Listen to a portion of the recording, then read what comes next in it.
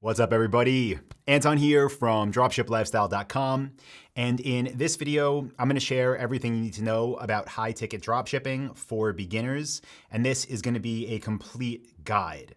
So if you've been researching different ways to start online businesses, especially on Shopify, chances are you've at least heard of high-ticket dropshipping before. And maybe you've heard from me. This is a model that I have been doing myself since 2008 and something I've been teaching to others since 2012. So if you've looked into in the past, chances are, again, you've seen my YouTube channel, my website, an ad. But in this video, I want to go deep into it. And I want to walk you through exactly what it is, why it works, especially now. I want to share how you can get started the right way. And I'm also going to outline some common mistakes and let you know how you can avoid them so that if you're serious about this, you can start making sales faster. So first off, what is high-ticket dropshipping? To put it simply, it involves selling products online that cost hundreds or more than likely thousands of dollars each. And instead of selling, cheap things like phone cases or little gadgets and trinkets, you focus on selling premium items like furniture, fitness equipment, and specialty tools. And I can name a lot more than that. I even have a list of 500 high-ticket niche ideas. If you're interested, I'll put a link for that ebook in the description. But when you compare the two business models of dropshipping, you can do low ticket, where you basically need to move a lot of volume. You need a lot of inexpensive sales to make profit. And with high ticket, you can literally make a sale, 2 sales, 3 sales a day and have a life-changing business, okay? So the big difference is with us, if you sell a $1,000 item, you get to keep about $300 after all expenses.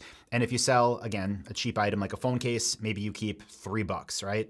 What are you gonna do with that? It's not worth your time. So I think now, again, is a perfect time to get started because even though e-commerce saw the biggest growth ever during COVID, it's still maintaining the growth that it had pre-COVID, and it's still well above COVID levels. So this is not something that's shrinking. This is not something that's too competitive, and things that are evergreen, right? Premium products that people always want and need are in demand. Now, also with high-ticket dropshipping, you have higher profit margins, meaning you can work with a very few amount of orders and hit your income goals. Also, with high-ticket dropshipping, you have better customers. So what we do and what I teach is to target the upper middle class who are extremely comfortable buying online. And this leads to a lot less pre-sale and post-sale support questions. So more of a hands-off business. You have less customers, so you have less inquiries, you have less orders to ship out and track. And the people that buy these type of products don't ask many questions because they are very comfortable buying online.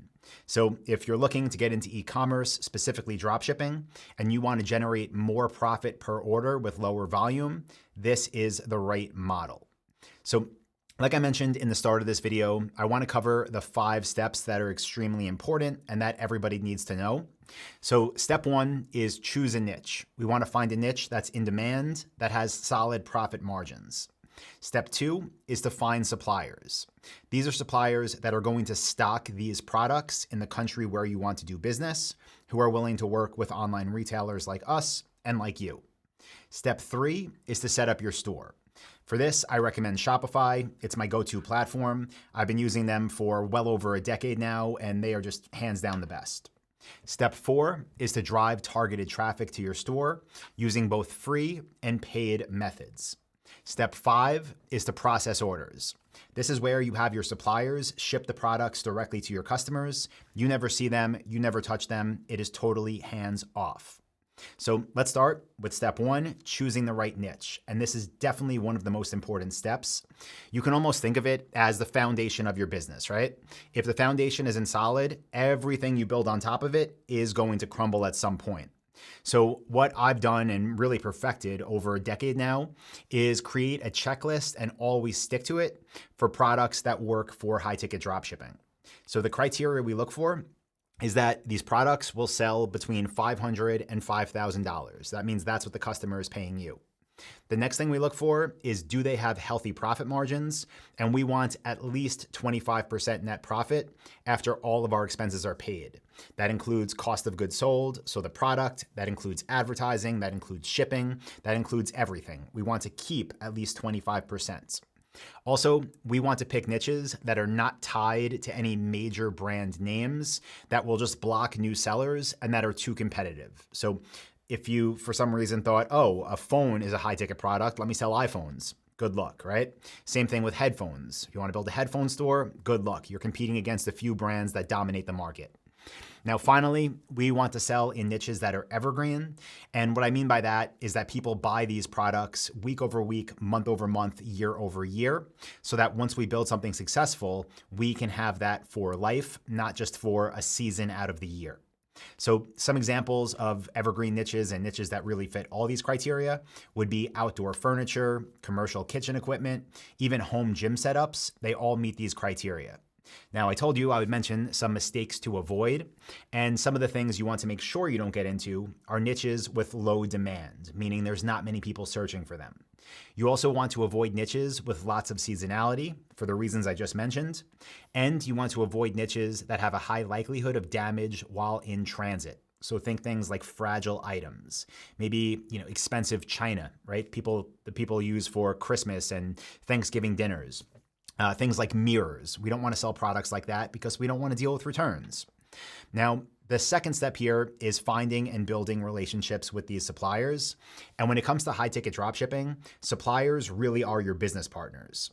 So we don't want to partner with any middlemen. We don't want to use dropship supplier directories. Instead, we want to become authorized retailers for the best brands in our niche, and we want to partner directly with them. These relationships will give us the best wholesale pricing and ensure that we can secure the highest profit margins. Part of the reason we have such high profit margins, again, is because we work directly with the brands that we sell for. So here's a few tips to get these suppliers on your side. First, you always want to reach out professionally and explain your business plan. Where are you going to sell these products? Your website? How are you going to promote them? Google Ads, plus all the other methods I teach inside the Dropship Blueprint, but you want to be ready to explain that. Also, when you reach out, you want to use a real business entity and a domain email. So don't email these suppliers from your personal Gmail or Yahoo account. It should be your name at yourstore.com. Another thing that's very important is to ask about MAP. That stands for minimum advertised price. And these are policies that will make sure you stay competitive. And we always want to sell for suppliers that have these policies so that it's not a race to the bottom, I should say, in terms of competition. Now, also, you want to make sure that you stress how important customer service is to you and your business, because trust and customer service is a huge factor of why these brands will work for you. When one of these brands authorizes you to sell their products, they are trusting you to represent their brand, and they want to make sure they can trust you before they give you that green light to start selling their products. Now, the next step is to set up your high-ticket Shopify store. And your store from the beginning should feel trustworthy. It should be very easy to navigate. And what you should focus on is first having a clean, professional design. Make sure you have high quality product images and descriptions. Make sure your contact information is extremely easy to find. One example of that is on all of our stores, we put our phone number right in our header. And you want to make sure your store loads fast and is optimized for mobile. Now, I will say most Shopify themes work like this right out of the box. Some of them don't, especially if you add too many apps. But if you're a member of the Dropship Blueprint or you decide to become one, you can use our theme, which is called Manhattan, which ticks all of these boxes plus a lot more. Now, once your store is built, it is time to drive traffic. And what I'll do is give you a mix of both free and paid methods. I like to use them both together. And what we like to see in our businesses is a good split of where revenue is coming from. We want to see some from free. We want to see some from paid. So for free methods, you want to use search engine optimization. This is basically just making sure on-site things are done correctly so that your store, and more importantly, your product pages, rank high in Google. Another free method is Google product listings. It is free to appear here, and it is very targeted traffic. Finally, for free methods, you want to use social media marketing, so make sure you're active on all social channels. Now, when it comes to paid methods, these are what can get results even faster. And again, I love using all of these. First, you should use Google Shopping ads. These appear on the first page of results on Google when someone searches for one of your products. They also appear at the top of Google Shopping. Second thing you want to use is Google search text ads. Now these, you should start small and scale over time, and you should only run Google search text ads for what is proven to convert from your Google Shopping ads. Finally, when it comes to paid methods, you should be using meta retargeting ads, and these are dynamic ads that will show somebody on Facebook or Instagram the exact product pages they were looking at on your store and bring them back to those product pages so they can convert. Now, when it comes to paid traffic, you should always start small, test, and scale what works. And the ones that I just went through, all 6 of them, they can take any e-commerce business, as long as, again, that niche meets the criteria I already went through, to over 7 figures in annual revenue. And you want to master them, okay? Stick with these 6 before you start adding in additional sources of traffic, or else what's gonna happen is you're gonna be spreading yourself too thin. You're gonna be wasting time and possibly even money on things that are not proven to convert. Now, once you have traffic coming to your store, I want to talk about how to convert visitors into buyers. Because it's one thing to get people to land on your store, but the goal, of course, is to get them to buy.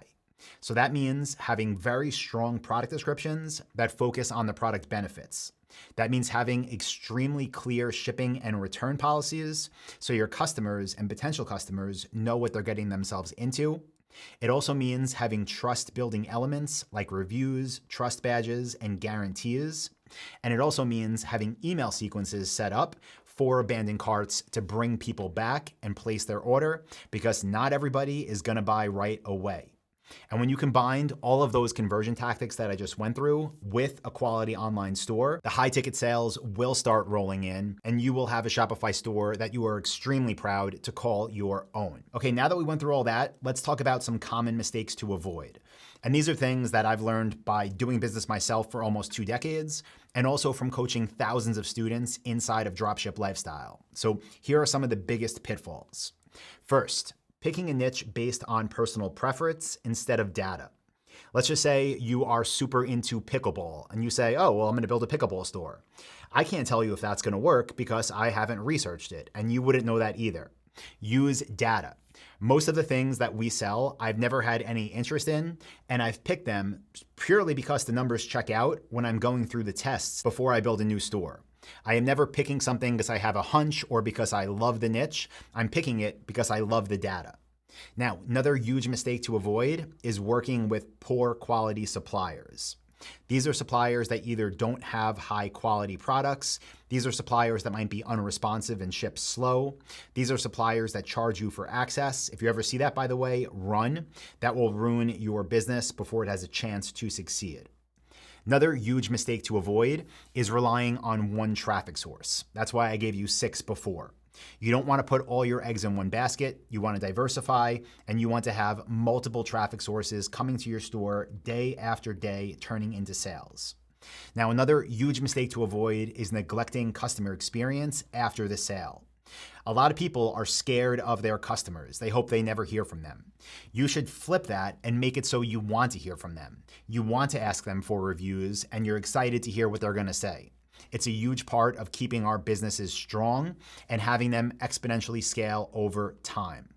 And when it comes to scaling, I want to give you some tips on this. And these are things, by the way, you should only do once you are profitable.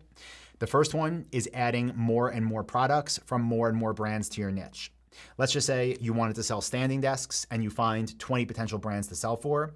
There's a very good chance that on day 1, you'll get approved to sell for 10 of them, and the other 10 will say, come back to us once you have X amount of traffic or X amount of sales.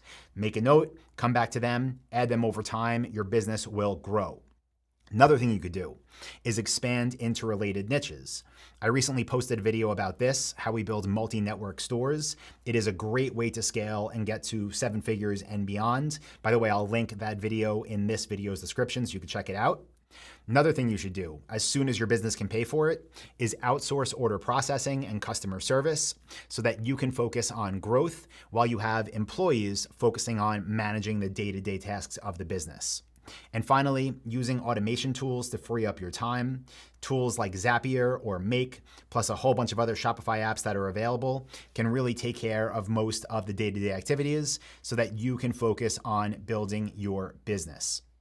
So guys, I hope you found value in this one. Again, if you want a list of 500 profitable products that are all great for high ticket dropshipping, I will link to that in the description of this video.